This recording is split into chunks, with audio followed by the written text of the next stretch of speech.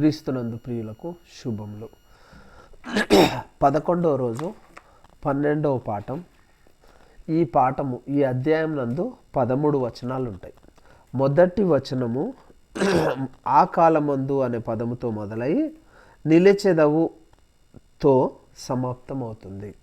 అంటే ఆ కాలమందు, ఆ అనేది ఒక పదం కింద తీసుకుంటాం, ఇక్కడ కాలమందు అనేది ఒక పదం కింద తీసుకుంటాము, నిలిచెదవు అనేది ఒక పదం కింద తీసుకుంటాము. దీంట్లో ఏముంటుందంటే క్రీస్తు రెండవ రాకడ తీర్పు దినం గురించి వివరించడం జరుగుతుంది. తీర్పు దినంలో ఏం జరిగింది? ఈ అధ్యాయంలో కూడా దానియేలుకు దర్శనం ఉంటుంది. కానీ దర్శనం ఎప్పుడు స్టార్ట్ అవుతుంది అంటే 5వ వచనం నుంచి దర్శనం స్టార్ట్ అవుతుంది. అంతకు ముందు వరకు డైరెక్ట్ మాటలు జరుగుతూ ఉంటాయి ఇద్దరికి మధ్యలో. ఎవరెవరికి మధ్యలో? గాబ్రియేలుకు దానియేలుకు మధ్యలో జరుగుతూ ఉంటాయి. చూడండి, ఇక్కడ మొదటి వచనం, ఆ కాలం అందు నీ జనుల పక్షంలో నిలుచునట్టి మహాయాధిపతియగు మిఖాయేలు వచ్చును. మిఖాయేలు వస్తాడని చెప్తున్నారు. అప్పుడు నీ జనులు రాజ్యంగా కూడిన కాలము మొదలుకొని ఈ కాలం వరకు ఎన్నటికీ కలుగునంత ఆపద కలుగును. ఈ కాలము అంటే తీర్పు దినము వరకు అన్నట్టు. అంటే దేవుని రాజ్య స్థాపన నుంచి తీర్పు దినం వరకు, రెండో రాకడ వరకు మహా శ్రమ అని చెప్తున్నారు. ఇక్కడ ఆపద, శ్రమ రెండు ఒకటే అర్థాన్ని ఇస్తే ఆపద అనే చెప్పాలి సమాధానం క్విజ్లో అడిగితే మాత్రం. అయితే నీ జనులలో గ్రంథమునందు దాఖలైన వారెవరో వారు తప్పించుకొందురు. ఈ ఆపద శ్రమ నుంచి ఎవరు తప్పించుకుంటారట అంటే జీవ గ్రంథంలో, అంటే నీ గ్రంథంలో అని అక్కడ నీ జనులలో గ్రంథమునందు దాఖలైన వారెవరో అంటే జీవ గ్రంథంలో రాయబడిన వారెవరో. అంటే గ్రంథం అంటే ఇక్కడ జీవ గ్రంథం, కానీ సమాధానం గ్రంథం అనే చెప్పాల్సి ఉంటుంది. గ్రంథంలో దాఖలైన వారెవరో వారు తప్పించుకుంటారు. మరియు సమాధులలో నిద్రించు అనేకులను మేలుకొనేదరు. సమాధులలో నిద్రించే వాళ్ళు ఎప్పుడు మేలుకొంటారండి? తీర్పు దినమందు యేసుక్రీస్తు రెండవ రాకడ యందు సమాధులలో నుంచి సమాధులు తెరవబడతాయి. సమాధుల్లో నుంచి మహిమా శరీరం, అంటే ఈ శరీరం లేకుండా ఓన్లీ మనస్సు మాత్రమే, ఆత్మ మాత్రమే లేస్తుందని. మహిమా శరీరం అంటే ఆత్మ లేస్తుంది అని చెప్తున్నారు. సమాధులలో నిద్రించు అనేకులు మేలుకొనేదరు. కొందరు నిత్య జీవము అనుభవించుటకు, కొందరు నిత్య జీవితాన్ని అనుభవించడానికి లేస్తారట రెండవ రాకడలో. తర్వాత కొందరు నిందల పాలగుటకు మరియు నిత్యం హేయులగుటకు మేలుకొనేదరు. అంటే మనం చేసిన తప్పులు తీర్పు దినమున ఈ తప్పు చేసినావు, నువ్వు ఈ తప్పు చేసినావు అని తీర్పు జరుగుతుంటే మనతో పాటు ఇక్కడ బ్రతికి శరీరంతో ఉన్న వాళ్ళు అప్పుడు ఆత్మరూపంలో కూడా నీ పక్కన ఉంటారు. నువ్వు చేసిన కార్యక్రమాలకు హేళనగా ఇంత నీచమైన కార్యాలు చేసిండా అని, మనం ఎవరన్నా తప్పులు చేస్తే మన సమాజంలో ఎంత నీచంగా చూస్తుంటాం, అట్లా అక్కడ కూడా చూస్తారు, హేళన పాలవుతారు, హేయులగుదురు అని లగుటకు మేలుకొందురు. కొందరేమో నిత్య జీవం అనుభవించడానికి, కొందరేమో నిందల పాలగుటకు, నిత్యంగా హేయులగుటకు కొందరు లేస్తారట. 3 రకాలుగా జనాలు ఎందుకు లేస్తారంటే 3 విధాల కోసం. ఒకళ్ళేమో నిత్య జీవం ఉండడం కోసం ఒక విధానం, కొంతమంది ఏమో నిందల పాలగుటకు, కొంతమంది ఏమో నిత్యముగా హేయులగుటకు మేలుకొందురు. బుద్ధిమంతులైతే ఆకాశ మండలములోని జ్యోతులను పోలిన వారై ప్రకాశించెదరు. బుద్ధిమంతులైతే ఆకాశ మండలంలోని జ్యోతులను పోలిన వారై ప్రకాశించెదరు. ఎవరు ఆకాశంలో జ్యోతులను పోలిన వారై ప్రకాశించేది ఎవరంటే బుద్ధిమంతులండి.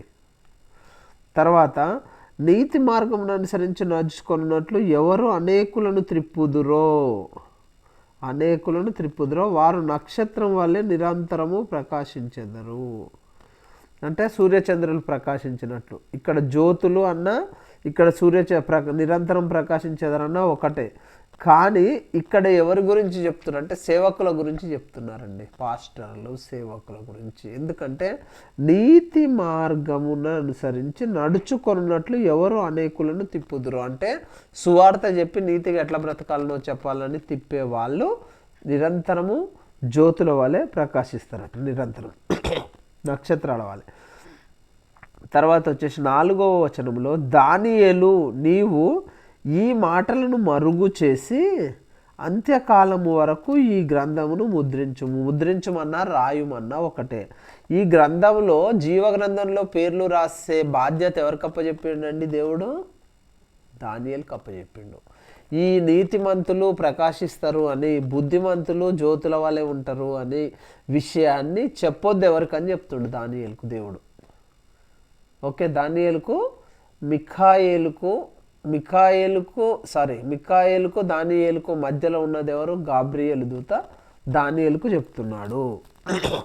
ఓకే, చాలామంది నలుదిశలను సంచరించినందున తెలివి అధికమగును. అవి నాతో మాట్లాడుట గాబ్రియేలును అతడు చెప్పెను. చాలామంది నలుదిశలను అనుసరించినందున తెలివి అధికమగును అని నాతో మాట్లాడు గాబ్రియేలు నాతో చెప్పాడు. ఈ విషయం అంతా ఎవరెవరికి చెప్తున్నారండి? దానియేలుకు గాబ్రియేలు చెప్తుండు. ఇక్కడ ఏ పేర్లు వచ్చినాయి? 1 నుంచి 4 వచనాల వరకు అంటే దానియేలు పేరు వచ్చింది, మిఖాయేలు పేరు వచ్చింది, నెక్స్ట్ గాబ్రియేలు పేరు వచ్చింది. 3 పేర్లు వచ్చినాయి, గుర్తుపెట్టుకోండి 4వ వచనం వరకు. తర్వాత దీంట్లో ఏ రకమైన జనాలు ఉన్నారు? బుద్ధిమంతులు ఉన్నారు, నీతిమంతులు ఉన్నారు. ఓకే, ఈ 2 రకాలు. తర్వాత వచ్చేసి గ్రంథం ఉన్నది, సమాధి ఉన్నది, నిద్రించేటోళ్ళు ఉన్నారు, ఆపద ఉన్నది. ఓకేనా, ఇవన్నీ గుర్తుపెట్టుకోవాలి క్లియర్గా. నెక్స్ట్ వచ్చేసి దానియేలను నేను చూచుచుండగా, ఇక్కడనేమో దానియేలే చెప్తుండు. దానియేలుకు వచ్చిన దర్శనం, దానియేలు అను నేను చూచుచుండగా అంటే ఆయన కనిపిస్తుంది అన్నట్టు. ఇక్కడ దర్శనం మొదలైంది. ఇక్కడి వరకేమో సంభాషణ, 1 నుంచి 4 వచనాలు సంభాషణ. తర్వాత వచ్చేసి 5వ వచనం నుంచి దర్శనం. ఎవరికి కలిగిందట దర్శనం? దానియేలుకు కలిగింది అని దానియేలే చెప్తుండు. ఇక్కడ దానియేలు అనే పదం 2సారి వచ్చిందండి ఈ గ్రంథంలో. చూడండి, దానియేలను నేను చూచుచుండగా మరి 2 మనుష్యులు ఏటి అవతల ఒడ్డున ఒకడును ఏటి యూతల ఒడ్డున ఒకడును నిలిచిండట. దానియేలుకు దర్శనం ఏమొచ్చింది అంటే 2 మనుషులు కనపడ్డాడు. నదికి ఏటి అవతల ఒక ఆయన ఉండు, ఏటి యూతల ఒక ఆయన ఉన్నాడు. 2 కనిపించారు మనుషులు. ఓకే, ఆ 2లో ఒకడు నారబట్టలు వేసుకున్నవాడై ఏటి నీళ్ల పైన ఆడుచుండువాని చూచి,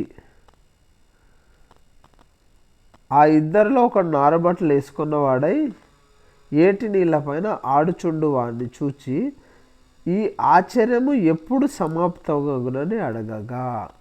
ఒకసారి ఇది క్లియర్గా అబ్జర్వ్ చేయండి. ఆ 2లో ఒకడు నారబట్టలు వేసుకున్నవాడై ఏటి నీళ్ళ పైన ఆడుచుండుచు వాడిని చూచి, అంటే నారబట్టలు వేసుకున్న ఆయన ఏటి నీళ్ళ పైన ఆడుతుండు. ఓకే, ఈ ఆశ్చర్యము ఎప్పుడు సమాప్తమగునని అడగగా. ఎవరిని అడిగిండు? నారబట్టలు వేసుకొని నీళ్ళ మీద ఆడుచున్న ఆయన ఇంకొక ఆయన్ని అడిగిండు. ఇక్కడ 2 ఉన్నారు కదా.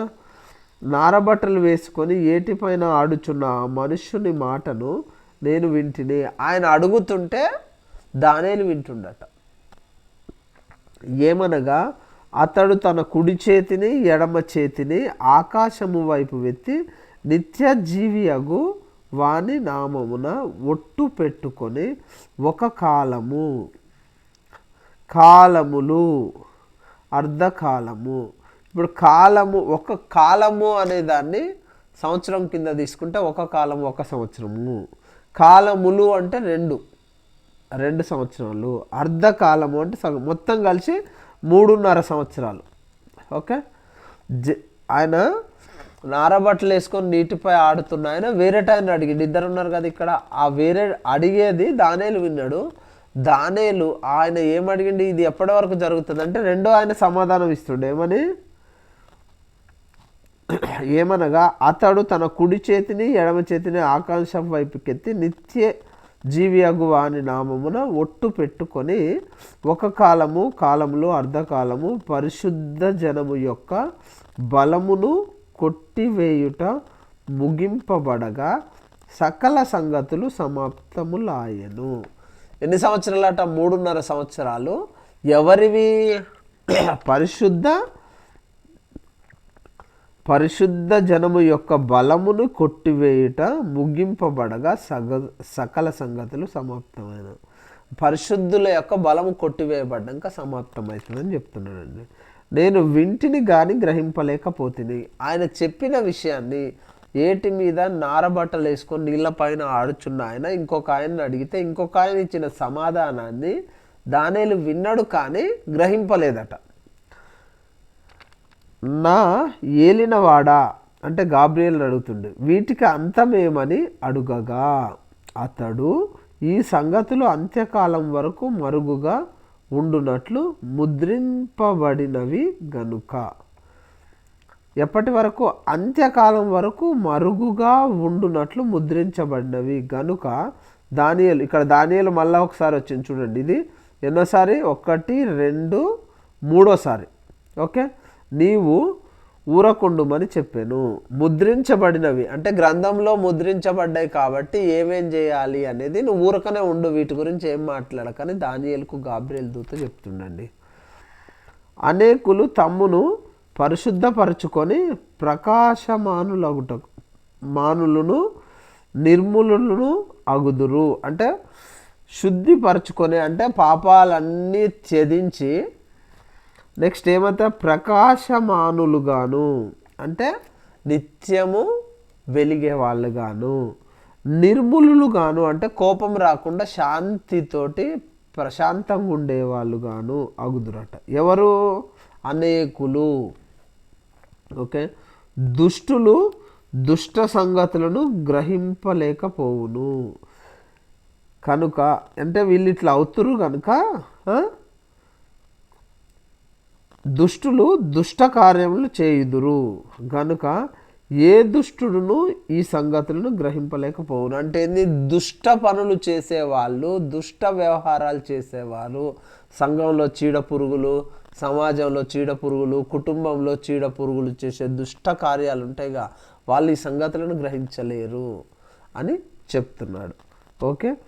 కానీ బుద్ధిమంతులు గ్రహించెదరు. బుద్ధిమంతులు గ్రహిస్తారట. ఈ దుష్ట కార్యాలు చేసేటోడు గ్రహించడు. సంఘాలల్లా, కుటుంబాలల్లా, సమాజంలో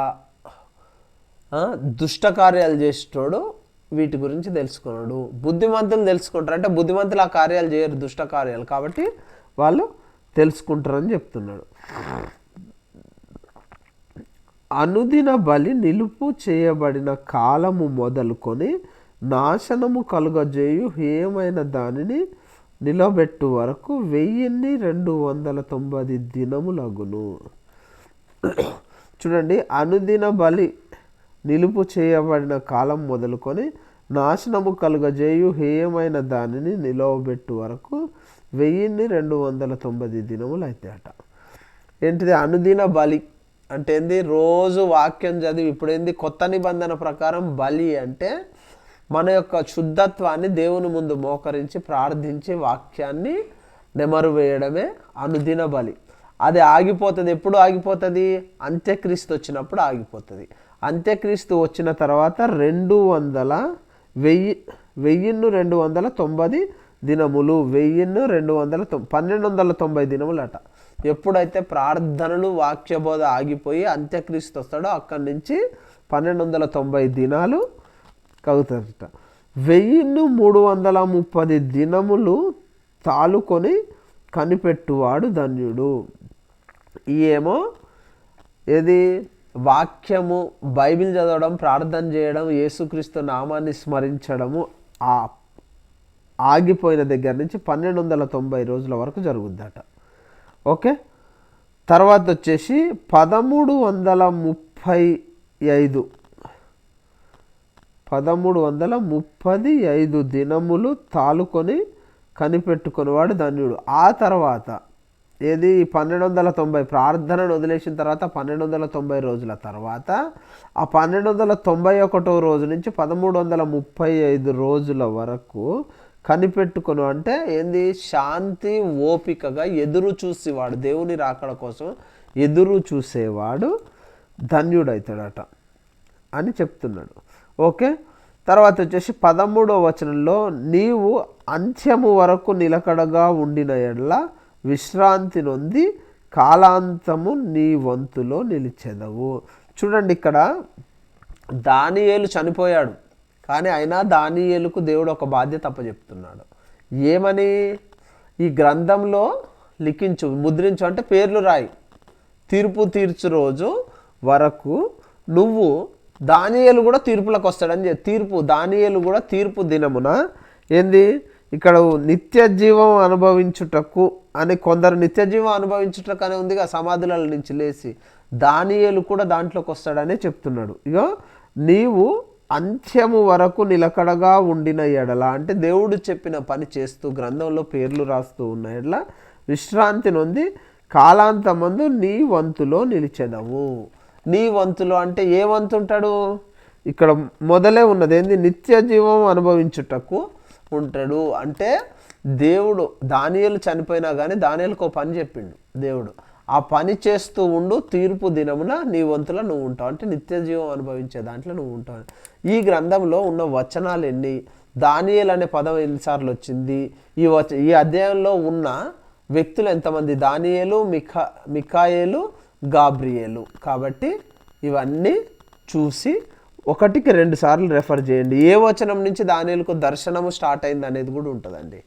తర్వాత బుద్ధిమంతులు ఎట్లా ఉంటారు అనేది ఉంటుంది. నీతి మార్గంలో నడిపించేవారు, ఆడనేమో బుద్ధిమంతులు, ఇక్కడనేమో గైడర్స్, నీతిమంతులుగా తీర్చిదిద్దేవాళ్ళు, నీతిమంతులుగా ఉండడానికి బోధలు చేసేవాళ్ళు ఎట్లుంటారు, ప్రకాశవంతులు ఏంటి, జ్యోతులు ఏంటివి, ఇవన్నీ ఒకసారి చదువుకోండి, ఈజీగా ఉంటుంది ఈ చాప్టర్ తోటి దానియేలు యొక్క అన్ని పాఠాలు సమాప్తమైనవి. కాబట్టి 1కి 2 సార్లు మీరు బాగా థరోగా అధ్యయనం చేయాలి. మీ అందరికీ యేసుక్రీస్తు నామములో శుభములు కలుగును గాక.